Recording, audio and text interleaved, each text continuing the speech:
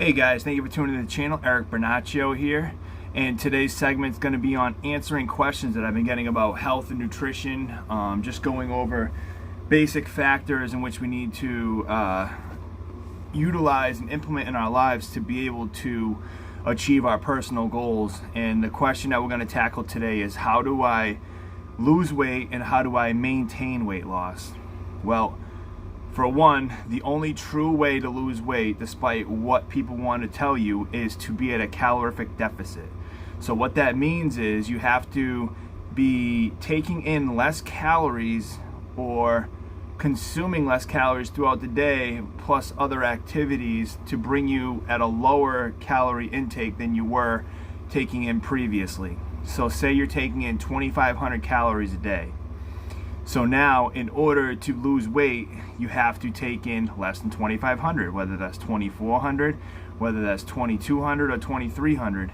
Now, you want to be able to do something that's achievable and attainable, and something that in which it's not going to be really difficult for you to achieve. So you want to do this in small increments. So my first suggestion would be to track your calories first. I mean, if you really want to get into it heavily and you become more advanced, you want to track all four of your macros, which would be calories, fats, proteins, and carbohydrates. But just start out with the calories first, because this right here is a process of training yourself, of being able to look at products, ingredients, and seeing what's actually in it and what you're actually consuming on a daily basis. And you want to be able to acknowledge how many calories you're taking in a day. And if you're obese or overweight and you're struggling with weight loss, I would be willing to guarantee that you're taking in a lot more calories than you expect. And a lot of times we have this misconception of how many calories are in things because we don't pay attention to the serving or the portion size. So starters is to track your calories. Once you realize how many calories you're roughly eating daily or weekly, then you want to do a 10% decrease. So what this means is, if you're taking in 3,000 calories a day, you want to drop it to 2,700 calories a day. Drop it down 300 calories per day. Now, you only want to do 10% decreases because you want this goal to be achievable and attainable.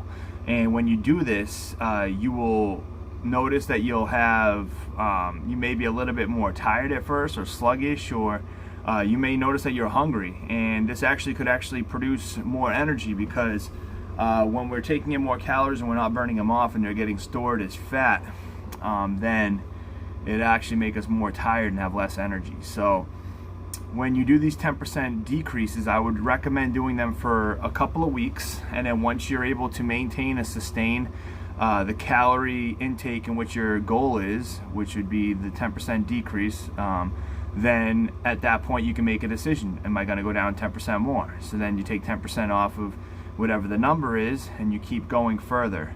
Okay, now there's other factors that need to be considered to be contributed into this equation. Now that's just if you're not doing any physical activity at all, but you also have a thing called total daily calorie expenditure. So what that means is, just for your body to fully operate and do your daily functions, whether it's just waking up, doing laundry, making your meals, walking around the house, I mean the very minimal activity whatsoever, you're probably burning about 300 calories on average. So now you got to factor in different other things into the equation that could lower and make you at a calorific deficit. Are you doing physical labor throughout the day for your work? Do you train every single day? Are you weightlifting? Are you doing cardio every day?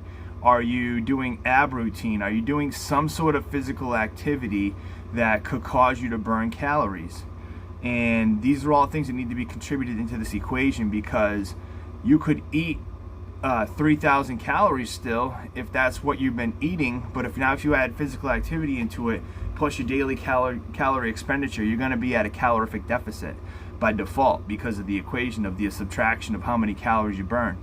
And the best way to burn calories, period, out of any other form of physical activity is weight training, because of the way the metabolic rate gets raised, and you're able to burn calories, and the more lean muscle mass you have in your body, the faster your metabolism will be. And it also burns calories hours after you're done working out.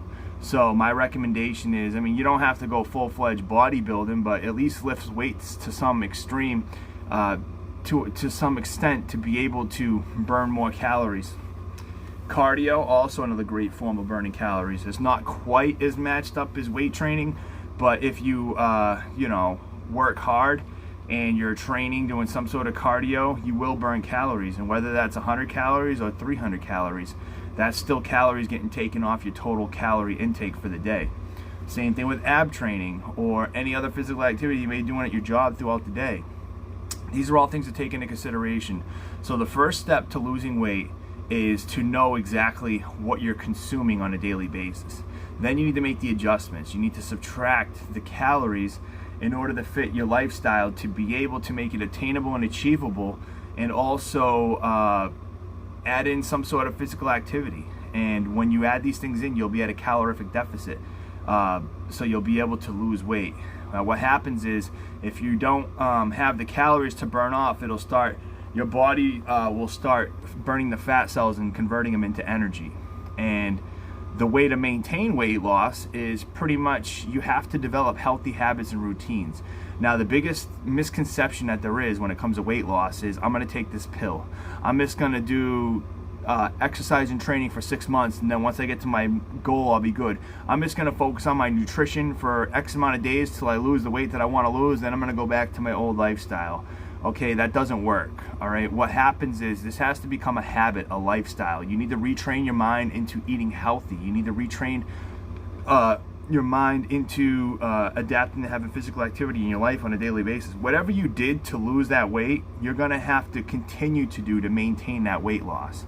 A lot of people that are in immaculate shape and really good condition and have great bodies, it's because they do hard work every single day, whether that's focusing on meal prep and meal plans and really staying to their diet, not overeating, eating portion sizes, limiting what they're putting into their body, and doing this with such a consistency that the nutrition is number one when it comes to weight loss. And we also need to stay hydrated. Hydration is the key to giving you energy, being able to help fulfill those hunger pains, because it'll drown out the hunger when you're hungry. It'll also keep you able to work to maximum potential when you're doing any type of physical activity, because hydration is the key to what our body runs off of. It's really important. And 3 is rest. Like, we got to make sure we're well rested. You should be getting at least 6 to 8 hours of sleep. And if you're doing any type of physical activity like weight training, running X amount of miles a day, anything of that assortment, you should be getting at least 7 to 8 hours of rest. And supplementation, like, you want to make sure you're taking the proper supplementation to keep your immune system healthy, to keep you healthy, to be able to perform at optimal precision and be able to optimize and achieve your goals. And the last but not least is exercise. So we really need to hone in on the nutrition. So in order to keep the weight off, we need to maintain a healthy lifestyle. Whatever we did in order to lose the weight, we need to continue to do. And there's a thing called reverse dieting also, but that's where you start implementing things back into your diet which you just subtracted from, but you do it at a slow ratio with 10% increases like you did before. And if you do this properly, you should be able to eat certain things that were making you gain weight before, but now you can eat them and maintain the weight loss in which you had. So first suggestion is definitely to track your calories, see where you're at for your daily intake. I would do this for about a week straight, because your calories could fluctuate from day to day, and there's just certain foods you got to stay away from. Do not eat fast foods. Do not eat gas station meal prepared foods. Don't eat anything with canola or vegetable oil. Don't eat anything that has high amounts of sugar, especially sugar alcohol. You really got to focus on these things. High intake of sodium. These are all things that will cause you to gain weight. Not because of the specific ingredients, but because of the way that they affect our mind and cause us to be hungry again a couple of hours later after we just ate large portions.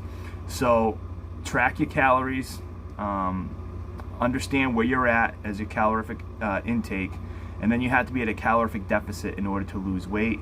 And in order to maintain weight loss, you have to continue doing what you were doing. Make it become a habit. It's not a diet, it's a nutritional habit in which you have implemented in your life to sustain longevity and to maintain a healthy lifestyle. Everybody have a great day. Thanks.